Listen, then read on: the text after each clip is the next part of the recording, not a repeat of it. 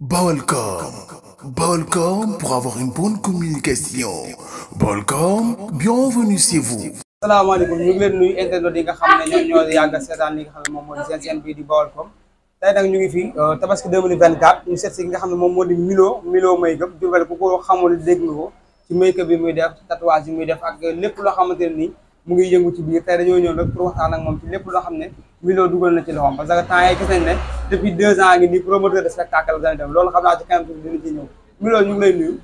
waaw maa ngi leen di fay kàggu waa yéen ci jàmm. alhamdulilah naka activité yi. waaw ñi ngi sant nag bu baax a baax a baax. kan mooy Milo. waaw Milo benn jeune la boo xam ni dafay yëngu ci wàllu beauté beauté bi nag dafa xaw a divers ndax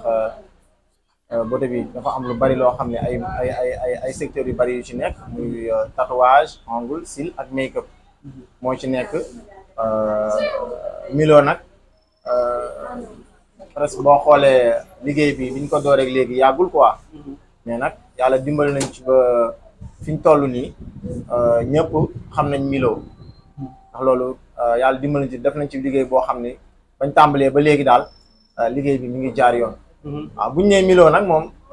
comme ni ma ko mën a waxee maa ngi tàmbalee sama job 2017 bi ma bàyyee sama jàng am bac def bac du moins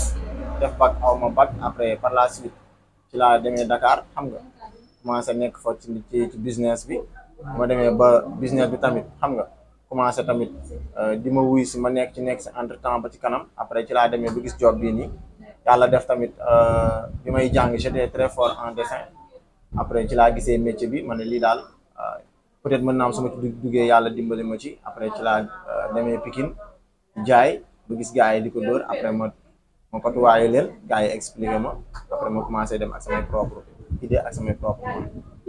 ñu gis ne léegi wax nga ko léegi ci wàllum beauté Diourbel mënuñoo wax génn ci Milo. lan mooy secret bi ginnaaw bi nga demee kotuwaayu gars yi Pikine ba ñëw Diourbel na ngay sam d'où vient l'idée nga ne kat gis naa lii jàpp naa ne mën naa ko damay bàyyi Dakar ñëw Diourbel sam foofu waaw ndax boo xoolee tamit benn instant xam nga Diourbel nekk na région boo xam ni xam nga gars yi dañ ko boycotté ci lu bari xam nga dañ koo fàtte ci lu bari léegi nag ma ne pourquoi pas Diourbel war a mën a am loolu noonu léegi nag secret bi moom lenn la rek mooy lan dem jàngi xam nga xam nga xool ni gars yi di def ndax Dakar tamit boo xoolee presque fa la lépp daje léegi nag da ngay dem foofu noonu root ci gars yi après ñëw fii nii appliqué ko léegi nag secret bi tamit metti na gaa mettiwut ndax àdduna moom lépp loo mën di nekk faaw nga nangu cee sonn nangu cee maanaam gëstu boole si bu ko defee yàlla mën na la dimbali ba li nga bëgg mu réaliser wu yaakaar naa ni secret bi loolu la rek mooy nekk ci job bi bañ a bàyyi dara yaa ma gën a xam benn instant idée boo gis nga boole ko ci ndax wàllu beauté lañ wax te dafa yaatu mooy loolu noonu mais ñu gis Milo mu commencé roq ba génn dem fële am fa place ba ni nga ñëwewaatee fii stadion yi lan la nga nekk foo xam ne amoo woon place ci mbedd nga doon taxaw di dóor après ñu ngi jël benn place bañ gisaat nga ñëw ci place bi nii ak méttiwaay bi nga xam ne Diourbel métti na ko ci loo xamante ne nii moment yooyu comprendre luñu ko wala xamuñu ko woon bu baax lan moo la téye ba nga mën a réussir loolu noonu waaw ndax tamit àdduna moom li ñuy wax chaque jour rek gëm-gëm moo la mën a àggale fenn fi nit moom loolu nekk te gëmoo ko yaakaar naa ne doo ci mën a réussir man nag yàlla dafa def damaa nekk nit koo xam ne tey maanaam damaa nangu dogal yàlla suñu borom mooy lan nit saa su nekk rek li war a ñëw bu jotee rek day ñëw mooy lan dama ciy nekk waaw man ba ma tàmbalee léegi bi ma nekkee ci ruq bi tàmbalee yor sama benn chariot ak sama benn table banc ba metti woon na ndax am na ay moment yoo xam ni xam nga yaa ma gën a xam waaw metti woon na lool ma nekk ci ruq bi xam nga di ko ñàkkanteeg gars yi xam nga xale jigéen yi di ñëw may naxante ak ñoom ci moment boobu noonu ba yàlla dimbali ma biñ defee comment dirais-je biñ concert express bi bi nga xam ne moom la mujjee def stade bi mujjee def avant yi jàll nga xam ne moo gënoon a maanaam moo gënoon a jàll ci concert yi tout juste après concert boobu noonu bi ma liggéeyee ba pare bi mu tegee 2 jours 3 jours ci laa gisee place bu ndaw ma ne pourquoi pas man waruma mën a jógee fii dem ci place comprendre nga après ci laa jëlee la ma yoroon yëpp investir ko ci place boobu noonu yaa ma gën a xam mu nekk place bu ndaw nag waaw ma nekk foofu tamit commencé di góorgóorlu foofu tamit xam nga bañ a bàyyi comme ni nga ko waxee bañ a bàyyi ba yàlla dimbali ma xëy tamit gisaat beneen place bu gën a kii boobu nekk si ginnaaw côté centre culturel bi. après ci laa ko jëlee en 2020. ba astafurlah 2023 xaw ma je ne sais pas. waaw ndax fii def naa presque 1 an. après ci laa gisee boobu waaw ci laa gisee boobu nekk foofu noonu tamit di góorgóorlu ba yàlla indiwaat ñu fi. muy liggéey bu am solo boo xamante ne xale yu jigéen yi kuy def make-up wala muy def tatouage lu mu mën di def ci beauté def xelam dem ci Milo secret bi lan la wala sangu la wala naan la wala gis nga. waaw man moom côté boobu moom yaakaar naa ni boo nee ay sangu ak ay naan moom. waaw yaakaar naa ni mooy loolu noonu quoi man moom. côté boobu nee nañ Milo day sangu de. non man moom vraiment mooy loolu noonu quoi. man ak gars yi ñoo yem. ak gars yi waaw ma ak gars yi nga yem. ma yaa gën a xam mooy loolu noonu. waaw ndax tamit àdduna moom lépp da nga koy bàyyi ci loxoy yàlla. mooy loolu noonu. waaw secret bi moom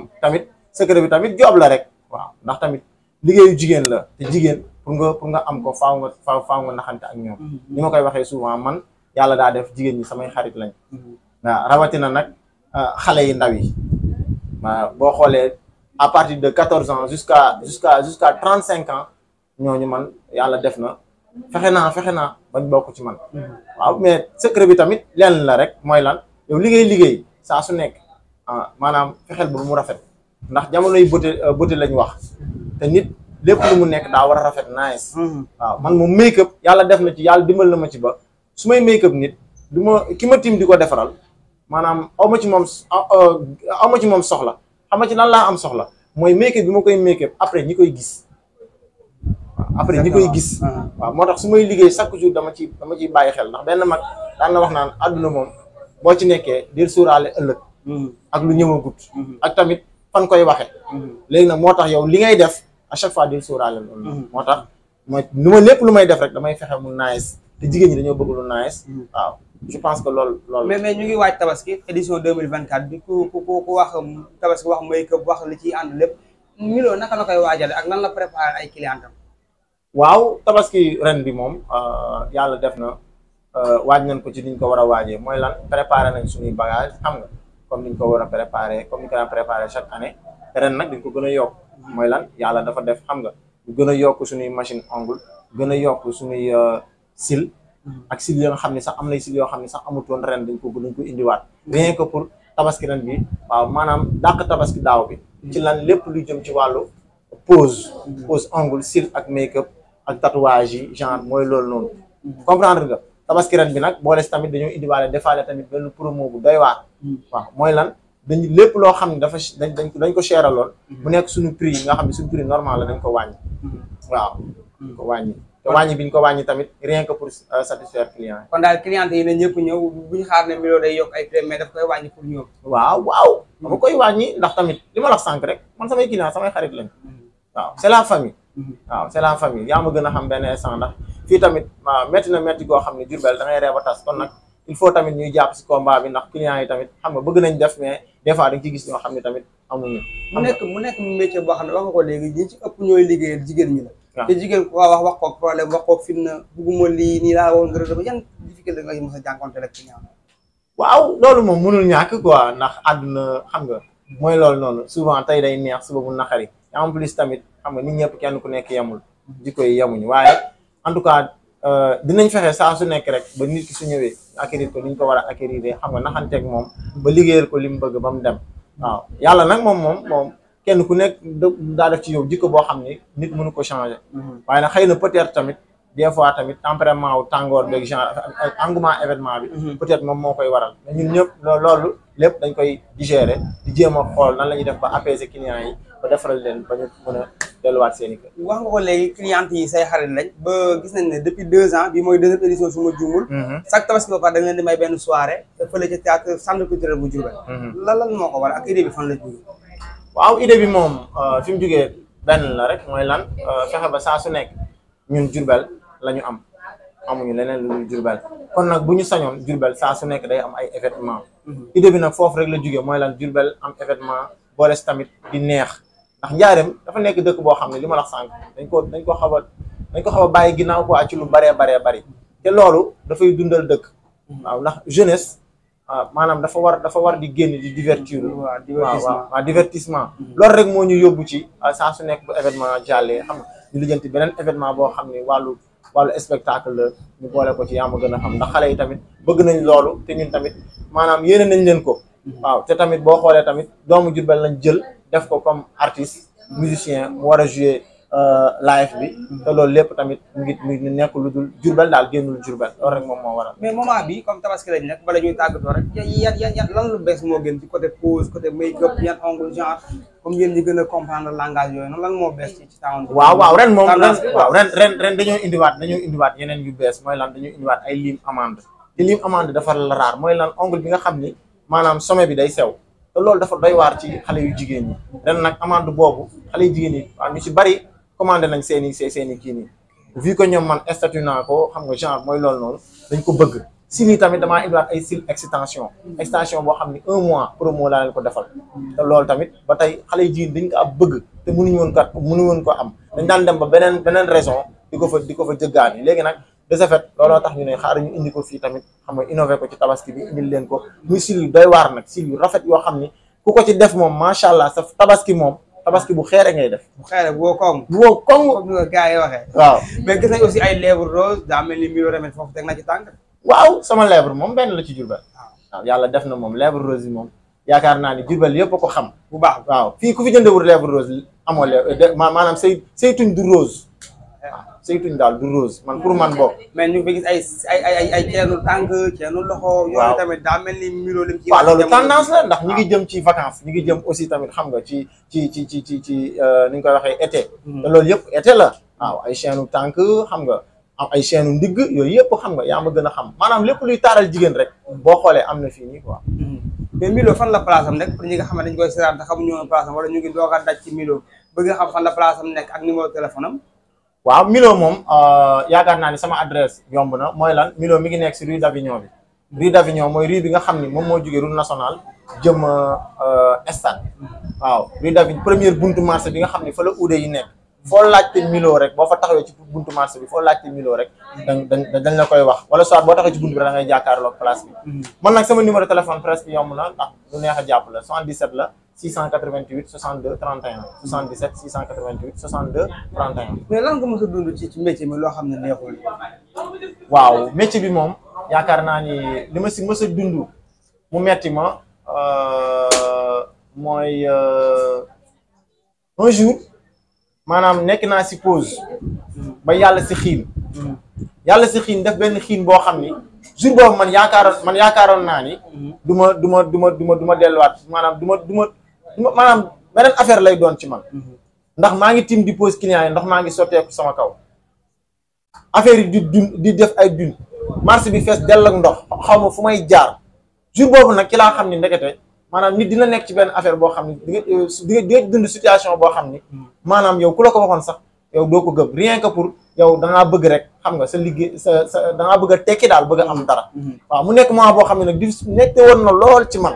damaa aw ma place aw ma dara ndax maa ngi toog sama kaw maa ngi pause. déjà lan moo la ci gën a neex. waaw li ma si gën a neex nag lenn la mooy lan maanaam def bi ma koy def ba pare maanaam nit ñi bëgg ma bëgg koo xam ni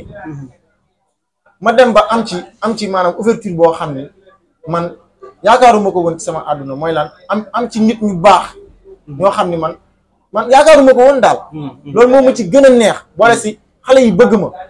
waaw ndax foo génn fii rek xale yu ndaw yi sax dañuy waxante Milo xale yu tuuti yi sax dañuy jàngi wàcc jaar ci buntu place bi Milo te loolu yow nga nekk xale yàlla defal la loolu maanaam loolu man dama koy sant yàlla daal. alhamdulilah donc yéen lan mooy kàddu tàggatoo yi. waaw kàddu tàggatoo yi client yaa ngi taxaw di la xaar. waaw mooy lan mooy di leen remercier rek yéen ñi nga xam ni maanaam lépp luy développement Diourbel moo leen fi indi te yow yàlla daa def vraiment initiative bi nga def nii ñëw si place bi di ma interroger di ma laaj tamit yow it nga nekk jeune boo xam ne yàlla def na xam nga bëgg Diourbel maanaam bëgg Diourbel tamit xam nga am benn maanaam benn opportunité bi nga xam ni ñëpp dañuy mën a découvrir Diourbel xam ko ci lu bari te yéen loolu mooy seen yéene mooy lan ñu leen di seetaan di leen gis ngeen di wane Diourbel di wane talent yi te loolu vraiment ñun mënuñ leen koo fay vraiment mënuñ leen koo fay man moom vraiment yàlla daa def xam nga sama nitu démb du ma gënal sama tey ndax am na lu ma fàttaliku lu bari loo xam ni dund nañ ko man ak yow xam nga man xam naa waaw kon nag yàlla ñu yàlla lafal cat ba li ñu yéene ñun ñëpp kenn ku nekk li nga yéene si Diourbel yàlla defal la ko ba nga mën ko réaliser waaw vraiment kontaan nañ nag bu baax a baax a baax a baax a baax kontaan nañ ci clients yi ndax tamit li may wax souvent rek mën nga mën li ngay def waaye bu la nit ñi bëggul comprendre nga li nga bëgg doo àgg fi nga jëm nee na yàlla def na tamit xam nga kon clients yi dañ leen di bëggee xam nga di wax naan ginnaaw yàlla lépp ñoom la ndax ñoom ñoo ñu bëgg di ñëw ci ñun ñu leen di defaral te loolu mënoon na leen cee bañ a fekk waaw Aïcha mu ngi noonu c'était tout pour aujourd'hui Milo Makeup lañ seeti woon fii ci marché Ndoumbé Diop donc di leen wax ne ñu ngi ci édition 2024 tabaski bi donc yéen ñi bëgg a make-up pose ongle lépp lu jëm ci taar lépp lu jëm ci bureau wu jigéen daf koy soxla rek ñu mën ngeen a ñëw fii ci Milo Makeup mu defal leen ko donc fii ci Baolcom ngeen ko doon seetaan di leen wax yéen ñi abonné gul ngeen daw gaa abonné ñi bës cloche de notification bi di leen jox dig daje ba beneen yoon jaa ngeen jëf Baolcom pour avoir une bonne communication. Baolcom, bienvenue chez vous.